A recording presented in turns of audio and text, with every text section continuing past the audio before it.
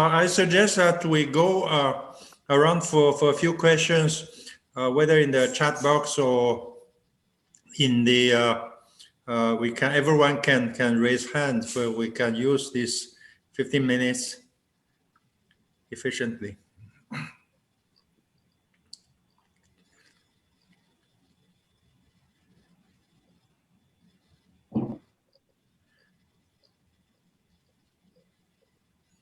Okay. Anybody has questions?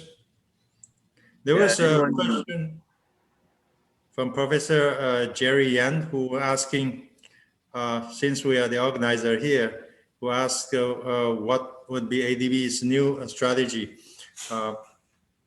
in consideration of the pandemic. I would like to say that the pandemic is, of course, one important consideration. At the same time, I think climate change will remain a major concern. If you compare the pandemic, which has a major impact on Earth, on everyone, but climate change is perhaps equally or more damaging in terms of the impact.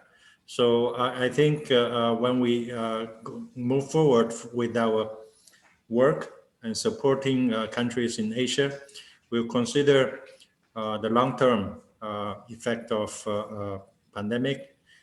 But I think the climate change should remain the center of the focus of the climate action should remain the center of action. Anyone has questions? Yes, Yongping, I listened very carefully. I want to make perhaps one comment or two comments. Good. One is very, very interesting presentation from Japan, from Texas, and also from Singapore, shows the role of big data and artificial intelligence and machine learning in shaping the energy system. I was very impressed with Tokyo case and also Texas case that all these data gathered to understand the behavior of individuals and then relate to CO2 emission. So I was looking for solutions actually for China's carbon zero target 2060. And then 2 weeks ago, we had China urban, local planning for low carbon cities. And it showed actually the capacity is really missing because they continue to use the traditional planning methods to do the low carbon or zero carbon roadmap. These will not work. So I would really hope that these big data analytical technologies can be used to help Chinese cities and provinces actually to find their way to reduce carbon, because China is the world's largest CO2 emitter, 29%. Without the Chinese contribution and solution, we cannot tackle the global problem. So that's my first point. The second point about Jing Miao's building very interesting presentation. I'm very happy to see there is ADBTA process. But one particular technology that I think will play an important role is called the positive pleasure house. During the pandemic, we see that all the hospitals and also exam centers of COVID-19 are negative pleasure, meaning that the viruses cannot escape from the building because pressure inside is negative compared to the outside. But in many cities in China and other or India, ambient air is heavily polluted. And then if we reverse the trend, so having positive pleasure inside the building and a negative or compared, outside. So then all this air pollution and external also elements cannot enter into the building itself. So I think these central air conditioning system need to combine with the building design. And then the building design themselves, have this passive house, and then now to positive active house. So you have passive house to active house, and then now you have the positive pleasure house as well.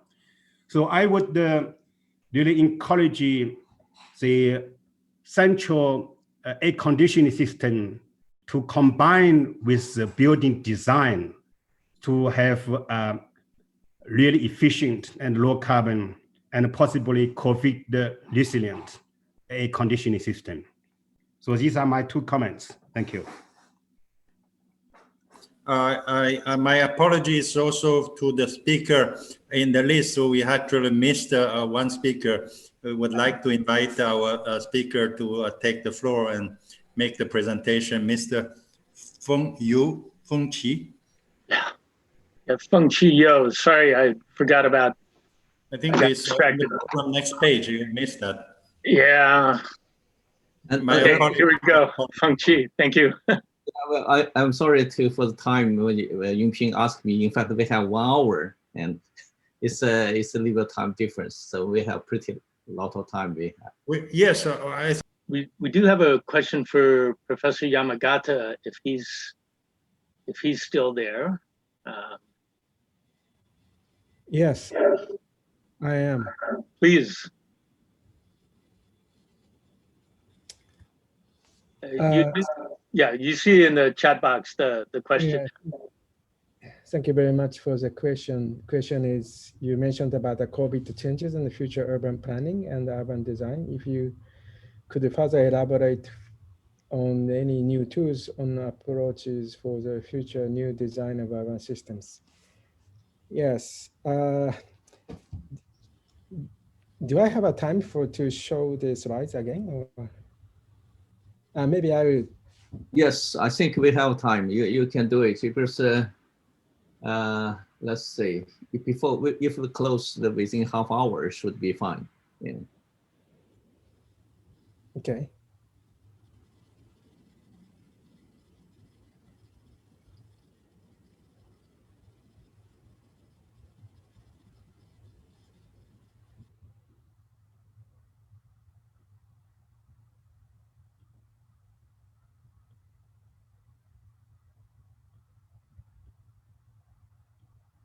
I hope you can see the figures now. Yes. Yeah, so this is a concept which we call it urban system design process. So this is a process to first design the building at the community scale. So some of the existing and the newly built buildings as a typology of the combination of building infrastructure, green infrastructures, and something like this, everything into 3D modeling. Then we run the simulation, like energy plus or whatever, this building energy demand models, considering the urban structures at the community scale. And then yes, this urban systems means integration of architecture and transport system. So especially after the corona impact, we need to reconsider the building use and transport use, as well as decarbonization as a urban development constraint. So I guess the future urban design could be completely transformed. So it's better to avoid pre-assume that the current urban planning style will be maintained. Maybe we need to consider more mobile infrastructures, not just the car, but some kind of temporal use of the building or even the mobile housing, something like this, will be appropriate for that situations. And then integrate these building energy modeling at the community scale with the transport simulation at the community scale. And then we need to check if these kind of integration actually works to achieve this objective, something like resilience, sustainability, or health, especially under the COVID situation. Or actually, I actually worry about the next infection disease start in a few years' time.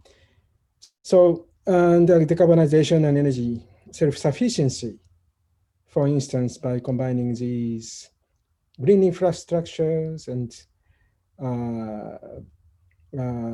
EV and battery optimal allocation, something like this, to make this urban system more sustainable, self-dependent, resilient, carbon-free, and hopefully COVID or infectious risk managed urban systems. Okay, that is my concept. Thank you.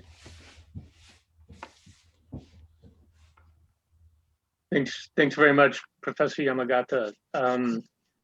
Dr. Wang, Jerry posted a question for you. So could you come back in, please? And if you want to use a slide again, please go ahead. Sure. Thank you. I received many good questions about the conference emissions. I think it's really an appealing topic because it's relevant to everyone. So here the question is about for virtual conference. For now, when we take this online format, what's the emissions?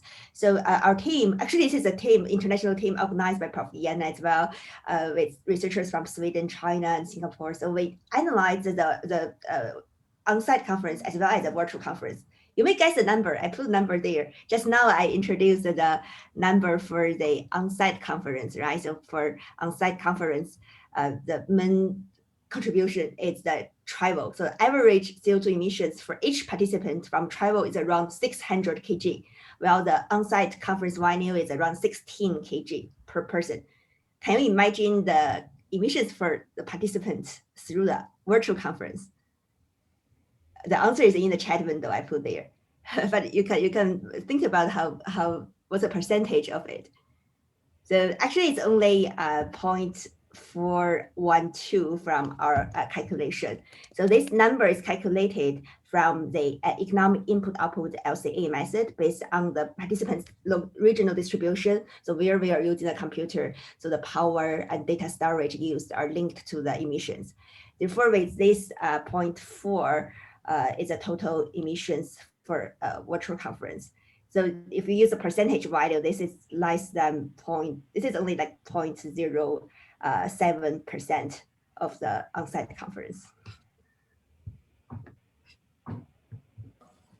Yes, then can I ask my colleague David Erzinga, who is organizing every year a big conference for ADB. And last year it was a physical meeting, and this year was a virtual. If David is still around, how much we would have saved or compared to last year? The credit we were offsetting the carbon footprint by buying some from a project, hydro project. David? Yeah, so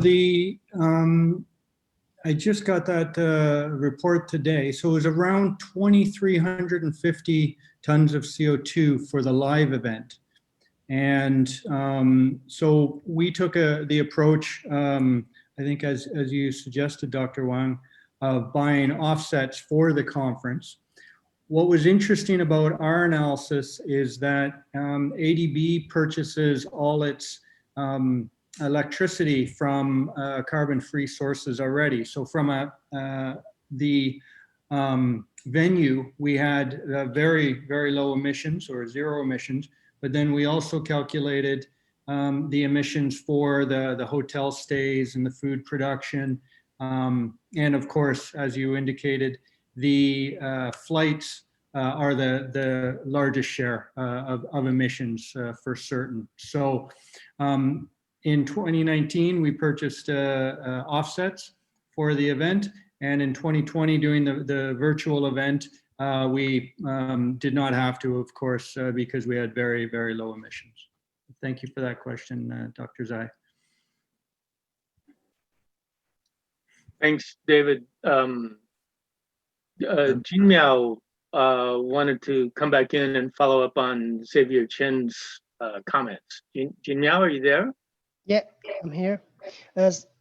Thank you, Dr. Chen, for your comments. I want to give you a short response. Yes, the hospital air conditioning system in susceptible areas is negative pressure. But in other places, they are positive pressure. The air conditioning system of the hospital has its particular feature. So when it needs special consideration. After the COVID-19 pandemic, when we designed the new public buildings, we needed to consider the design of the various transmission. However, more of the existing air conditioning system in the public building needs to be upgraded to improve the various resilience. So in our ADB project, we will demonstrate the 3 innovative CAC systems in typical public buildings. Both positive and negative pressure air conditioning system will be considered in our demonstration project. Thank you.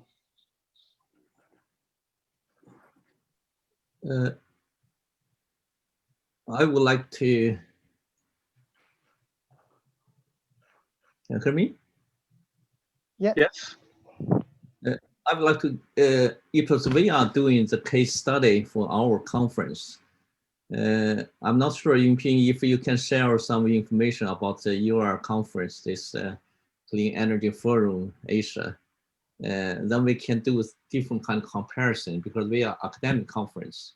And your conference, maybe you have more event in the kind of the panel or the larger, for the larger LED screen. And so it could be a little bit different. And so we are compare different kind of conference to say what's the baseline on-site conference, if there's any difference or our results shows the travel is the majority for in related to the emissions, and also depend on where the people from.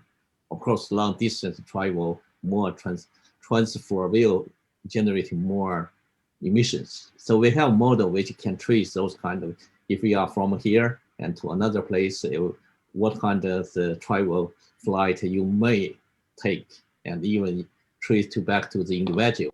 So that might be good study. We can do some case study if you feel you can share. This would be interesting. I do think we have a lot of information. David again is here. He these 2 years have been very exceptional. We can have a real case information and comparing, and of course with your own study and models, you can have a good, interesting study. A lot of people are asking the same question, including my own management president is asking how much was the CO2 footprint last year, and this year how much would be. David, do we have, in fact, even previous years we do have some information, right? Yeah, what was interesting when we planned to do the emission calculation for 2019, we were at that time also upgrading our registration data.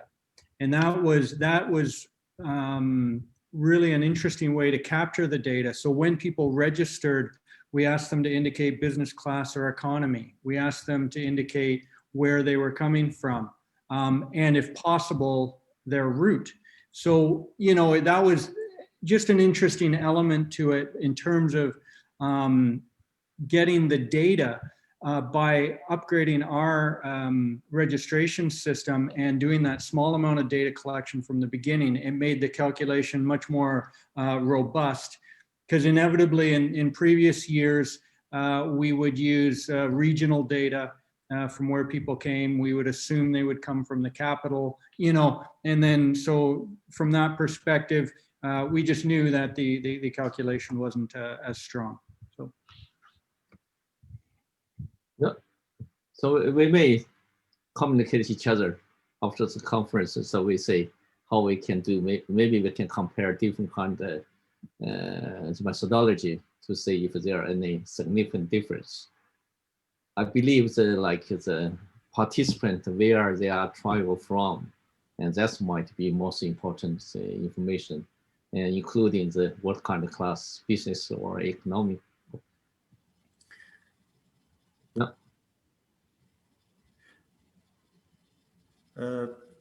Dan, you are moderator, but can I take this chance to ask a question to all the panelists, including also Professor Yan here, even the participant, if they have really good suggestions to my question as follows.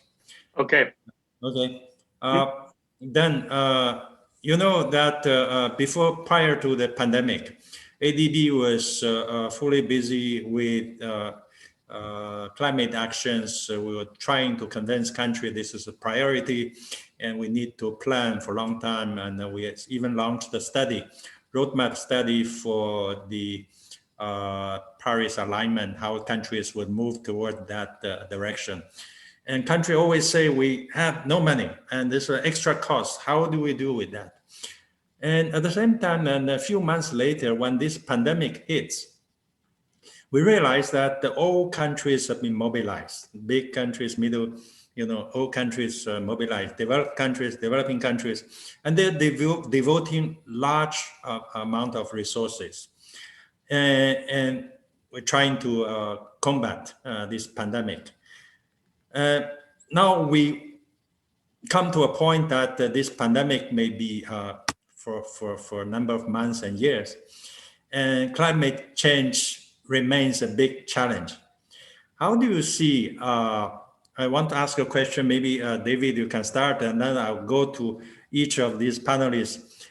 First question is why these countries, in face of crisis, the pandemic and the climate change, both are serious. I would say climate change perhaps has a deeper impact on the earth and on people. But why countries and people react so slowly to the impact of climate change? And imagine if we had mobilized ourselves the same way as we dealing with the pandemic, we might have a better chance to cope with to fight the climate change. That's question one.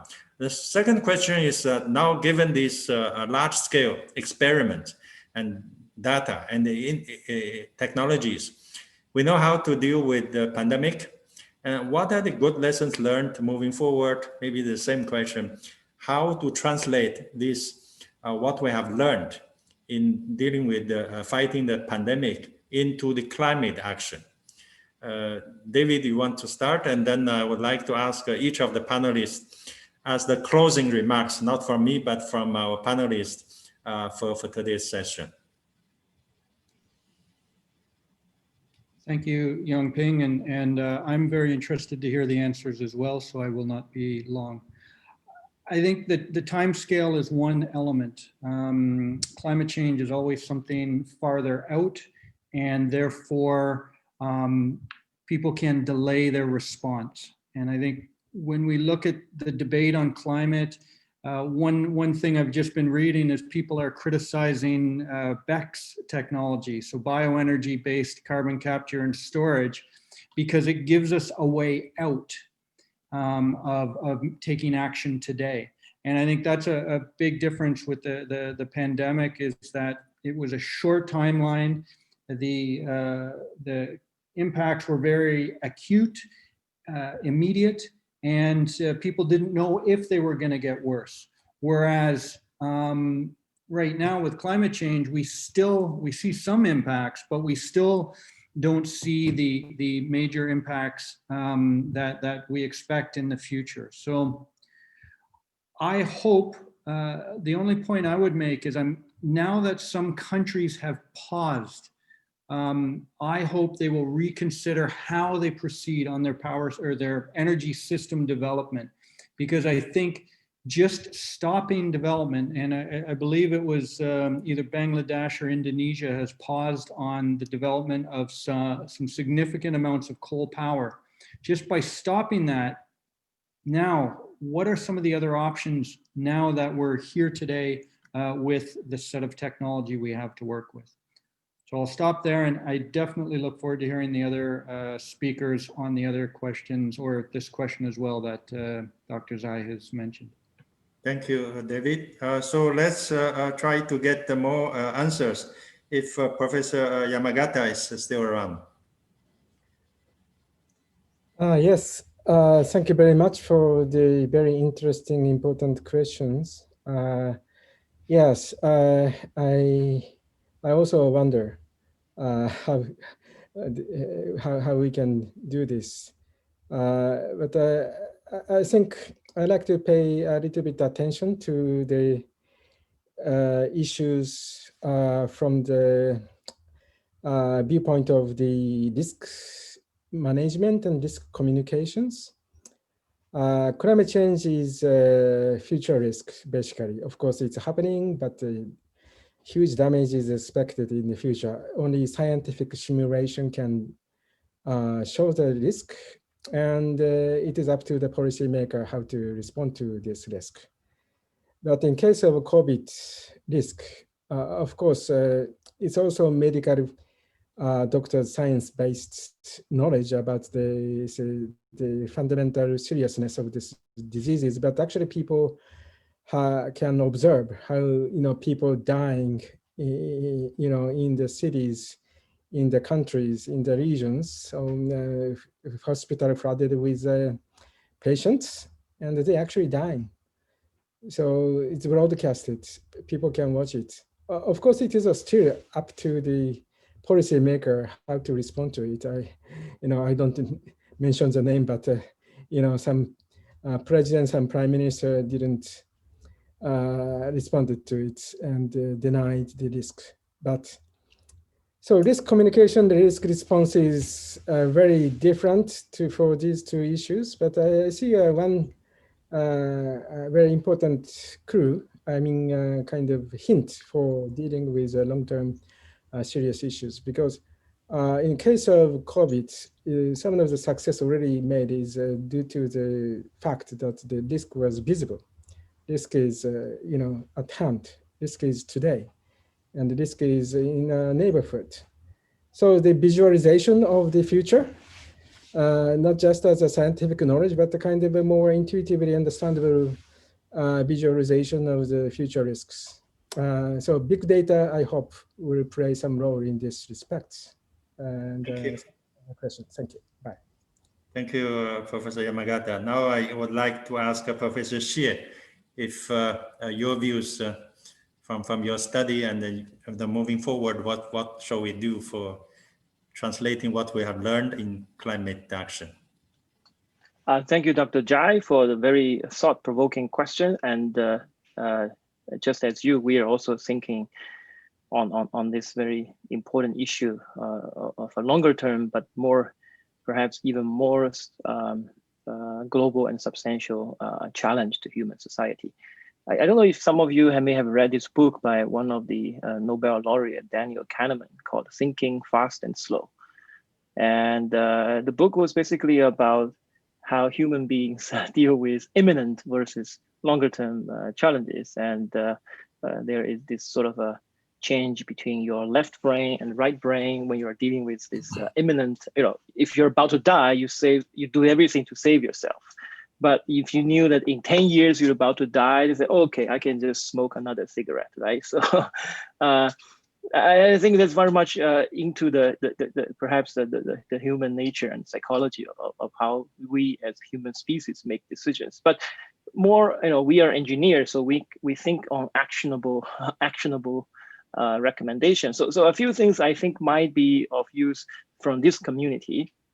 Number one is to speak out with data and data-driven policy recommendations, right? So as much as we suffer through this COVID pandemic, and especially in the U.S., we can see the kind of the challenges and the chaotic situation from the federal to state and local responses. One of the lessons I think we learned is that we need to let science and data speak for itself, right? So I think that is a thing that the community we as a whole community need to voice out, not only to the research community, but really to voice out to the policymakers. And I think Dr. Jai, you are doing a very important job in doing that translation of message.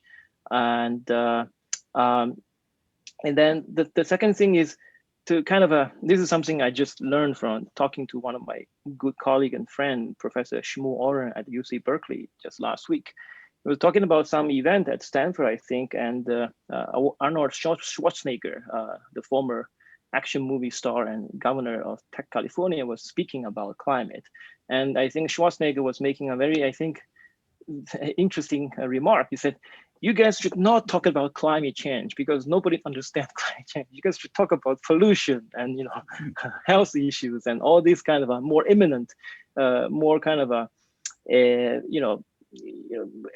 everybody and every day we can relate kind of a risk. So these are just my 2 cents regarding your very important question. Thank you.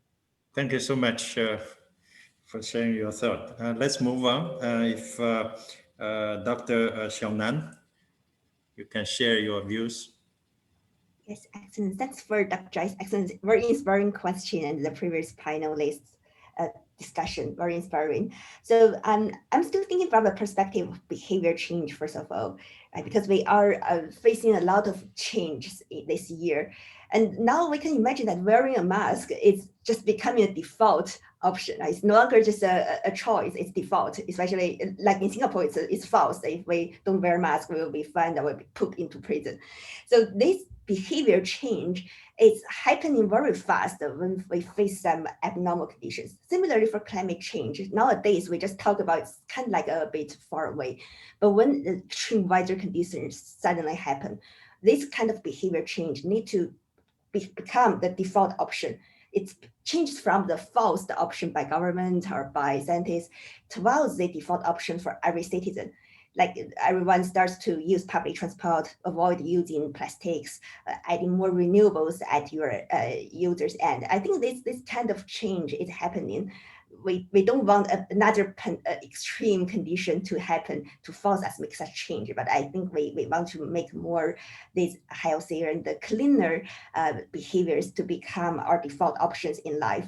And from the research perspective, I do like to use a lot of this kind of multi-agent simulation or this kind of reinforcement learning approach to really simulate when people's behavior change, what's the effect on the city, on the global scale. So we did develop a lot of models. It's like a game, and we play it to simulate different scenarios like EV adoption, those scenarios. Many researchers, I believe, in the session are using this kind of tools. I think it's what we can do to really suggest what are better options. And secondly, I think it's also anchor what Xie mentioned, that data is a key thing, data-driven decision-making, data-driven policy. So I also see this trend of data sharing becomes a trend that a lot of talks we listen online, they talk about different dashboard of data in US, in China. So this clear information with transparency, even enabled by blockchain and some platform we developed for the data transparency. I think it's very important to when we human beings move forward for different nations, even with different nations, we have different policies, but I hope this scientific world, we have those shared data. And last, I think a very good question raised in the chat window about the vaccine. We also researched how to optimize the vaccine supply chain. I read a lot about the COVAX, right? Because we are scientists, we study a lot of the optimization of the supply chain or what's the effect of the vaccines. So we really like to see a fair and efficient distribution through our scientific models and the policy support to design this very efficient distribution of Q of the vaccine. So that's my 3 points. Thank you. Thank you. Thank you, Xiaonan. Jim Mel, please, my colleague. Thank you, Dr. Zhai, for the questions. I think climate change is a long-term existence. So the impacts on people's daily life is not very strong or direct compared to COVID-19 pandemic. The impacts of the COVID-19 will directly cause deaths, social instability, and economic going down. The governors have responded more positively to this impact because I think it concerns their regimes. You know, the sea level rising in Indonesia. So Indonesia governments they felt profound impacts on climate change. So they are very active in dealing with the climate change issues. So yeah, that's my response. Thank you. Thank you. We have Dr. Yu as part of the panel. Well, thank you, Dr. Zhai, and I want to thank first all organizers for a very excellent section. It was very interesting and a very enlightening discussion. So going back to the question, I think I fully agree with all the previous comments. You know, this is a very complicated problem. There are different time scales, right? If you think about a pandemic, the impact is kind of short-term or near-term. And you do see the immediate outcome of this pandemic. With regard to climate change, we do see some signs, but you know, there's still quite a few debates, especially for some certain politicians. So my point, just want to add to the previous discussion, was that you know our community, you know, this energy systems community in general, has been traditionally focused quite a bit on technology, right? Science, engineering, technology, but there is a very strong kind of driver of you know. Or kind of say, I would say, impact coming up from politics, coming up from policymakers, and coming up from economics. If you think about what's going to be the cause for climate change, right? I mean, everybody said they have no money. Do they really have no money? That's not really kind of like a reality. I mean, but when you look at the pandemic, right, the impact is quite immediate. There's impact to economic. They have to, you know, adjust some of these issues, and from what we are seeing here, basically in New York, right? I mean, there's a clear difference between what's going on in the state versus what's going on in this whole country. You know, we have a few other speakers from the US, Dr. Shea and so on. So, I mean, every state is running things quite differently in the US. And there was quite a bit of conflicts between the state level and federal level decision makings. And I fully agree this kind of data-driven decision making is key. We need to make everything transparent. We need to make everything consistent. And we take a science-based approach. And I think I'm personally very grateful to the governor in New York State that has been, you know, quite supportive of fundamental science, has been using all these science-based approaches to guide the policymakers, policy makings. But that's not really the case, you know, globally.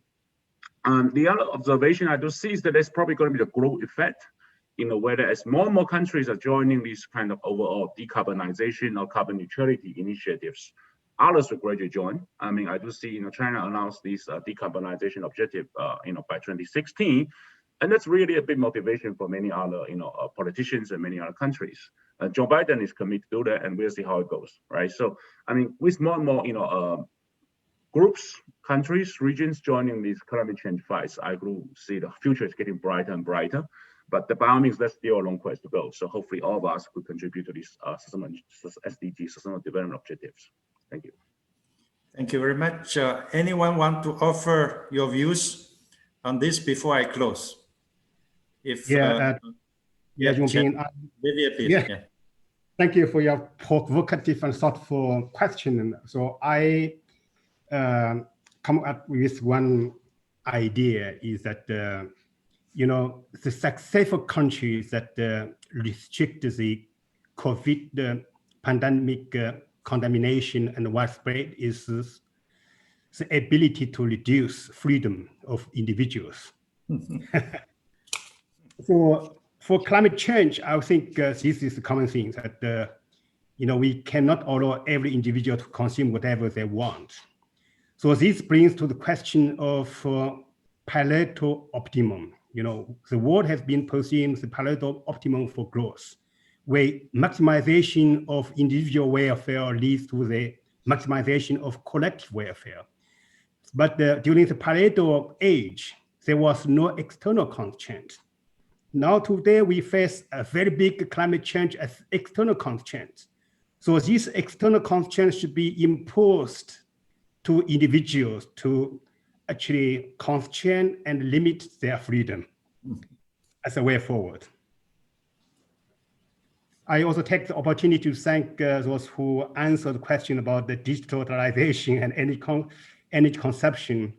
I was still a little bit skeptical about the numbers. Of course, need to understand more the methodology, but just tell you that earlier this year, I published an article in Chinese Caijing and also in Beijing Energy Club website, showing the 5G data center and also the smart devices, if implemented according to the Chinese government plan, these will consume about 20% of China's electricity consumption by 2025. So digitalization is not energy saving as we would suppose. So we need to pay attention to this phenomenon and also related to the resilience of distribution sector, because data center, 5G stations, and all these will aid to the electrical vehicles system, and all these will put pressure to the distribution system in countries. So we need to really pay attention to the distribution sector reform and upgrading to really make the electricity sector resilient.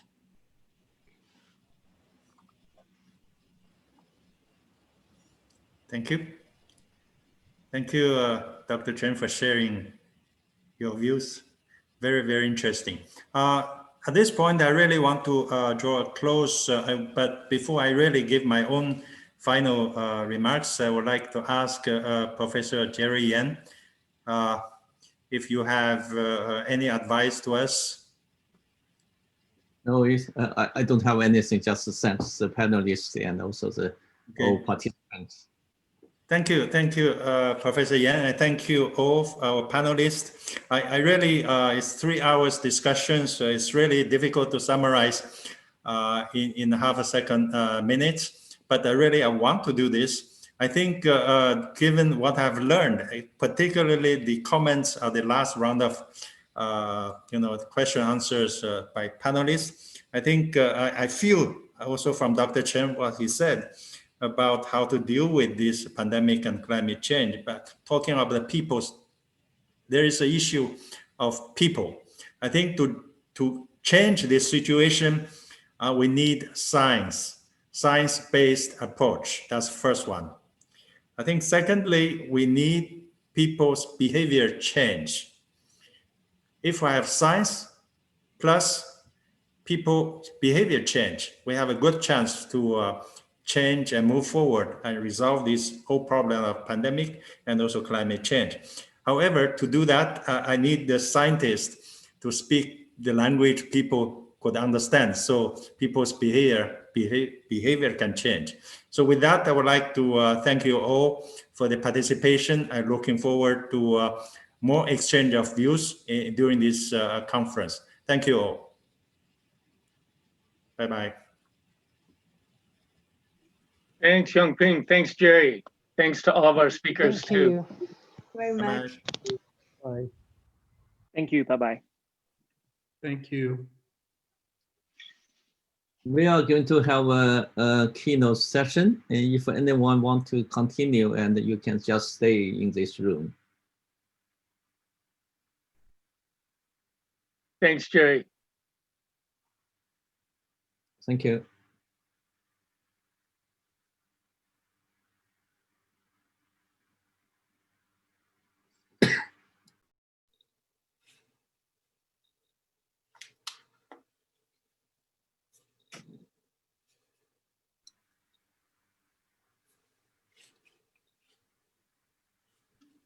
Good afternoon, everybody. Hi. How are you in Singapore? Well, we're fine. It's fairly cool. Not much rain today. It's cool, you said. What temperature? Well, yeah, it's relative. it's relatively cooler. Yeah. Daniel, I sent you a little note as to asking you whether you'd take some questions after your keynote. I'd be happy to. And how are you doing, SK? It's been a little while. It's good to see you. Yes, good to see all of you, actually. Very good. And yeah, we are trying to get out of this COVID pandemic thing. Well, I'd like to say we're trying, but I think all data indicate the United States is not trying to get out. Maybe you are just too diverse. You know, over in the West Coast, I suppose, is very different from the East. Huh? It is. It's very different. Of course, here in Northern California, the rates are relatively low. But the country at all, it's time for a president. Big changes coming your way, actually. Thank goodness. Yeah. Thank you, Daniel, for accept the. So Daniel, would you be able to keep your presentation to about, say, giving us maybe 8 to 10 minutes before the end for Q&A? Because we have 45 minutes. Yeah. So I planned we start at quarter after the hour, right? Yes. Yeah. Yes. So I was gonna try to save at least 10 minutes at the end. Okay, good. Then what I'll do is I'll give you a signal, a minute before the end, so you can sum up. That's perfect. Yeah. Okay. That's good. Okay. Right. Good. Xiaonan, are you there? Yes, I'm here. I don't believe we've met face to face. You're in Singapore, right? Yes, I'm in Singapore. We just finished a panel discussion earlier. So okay, yeah. So maybe one of these days we might. Are in Singapore and they are in the same. So many months now have passed and we have no chance to bang into each other in the corridor or whatever. So we can use the same virtual background to feel campus. It's the same for me as I have students and they just arrived from China, come to Sweden. I never have chance to meet them. Yeah, don't get a chance to see them. You're right. We just wrapped up our what we call exam marking and more or less concluded. So a whole bunch of students will be going on what we call a short leave over the Christmas period. What's left of that vacation, I suppose. Not going anywhere. It's a non-traveling vacation. What I tell my students is this is a very good time of year to meditate. Oh, well. You can travel anywhere in your mind. This is the time. Oh, okay. So Xiaonan, which corridor would you be moving along usually? I mean, when you're on campus. We're engineering, like zone A. You know, you guys set up different. Which block are you in? Which block? A block at Cantville. No, I mean in terms of E5. E5. Okay. We're very close. Yeah. E5 is about it's about 100 meters from where I am, or where I used to be. If I were we're blocked. You know, we have different zones, so we can now trans-border of different zones. Yeah, you know, we have a campus which is quite built up in the sense, and that if you are to move along the corridor or whatever, you don't have a chance to see each other. We can't even wave, you know, to each other because we are all very built up and very, you know, hemmed in. Well, no, we don't have open spaces where you can go out and stroll and.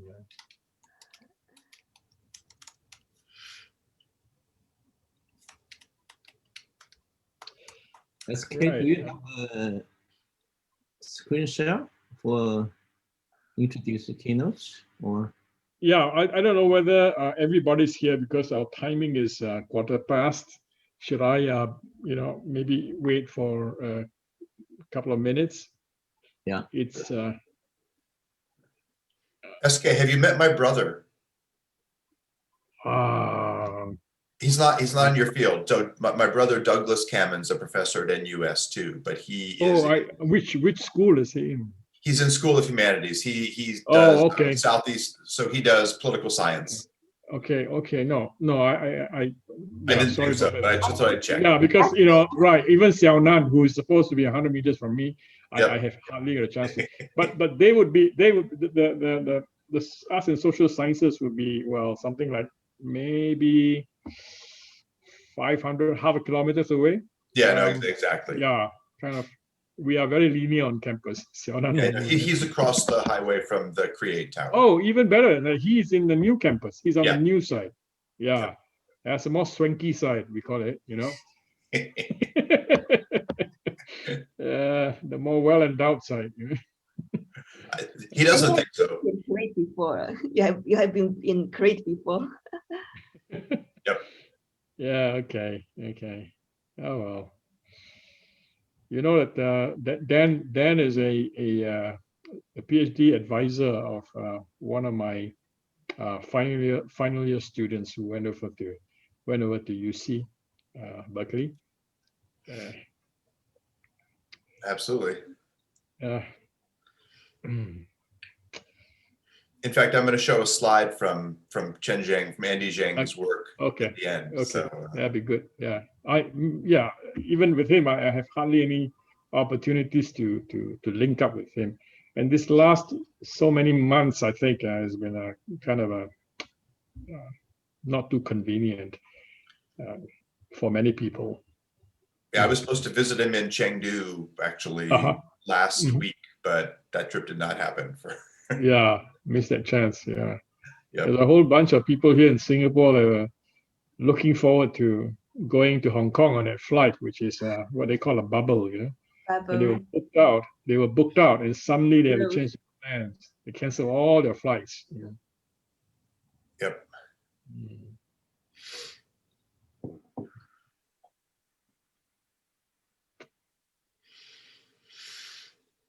So, but in Singapore, you are now allowed people to go there. Yeah, I mean, it's quite strict, right? I mean, if you want to come, you would have to get first certified tested. Okay. And the most privileged group would be those that have got some kind of an agreement, which means to say that if you are from certain countries, then you could come in based on some test, and then you don't need to be fully quarantined, or you won't get the order to stay at home. But if you, other than that, I think it's quite inconvenient. You would have to be quarantined, or you have to, not get in touch with anybody once you get into Singapore. So most people don't come unless you have some kind of a special permit. You need to work, or you need to come in or come back to Singapore. I think it's quite similar to many countries now in terms of this kind of arrangement. Has no, if you are allowed to come in, even for casual visitors. Yeah, you can just Oh, okay. Yeah, you are very liberal. Was in Sweden for a party. Just fly and party, and then he left. Yeah. Okay. You are more. I suppose you are very liberal there. I mean, in terms of your borders are quite porous. Yeah, he was tested positive to negative. Yeah. Sweden for the party. Well, the same thing also for us. We were quite a lot of people who traveled to New Zealand, Australia, Thailand, from Singapore. And these countries are all now pretty much tight, locked down in a way which is not welcoming visitors.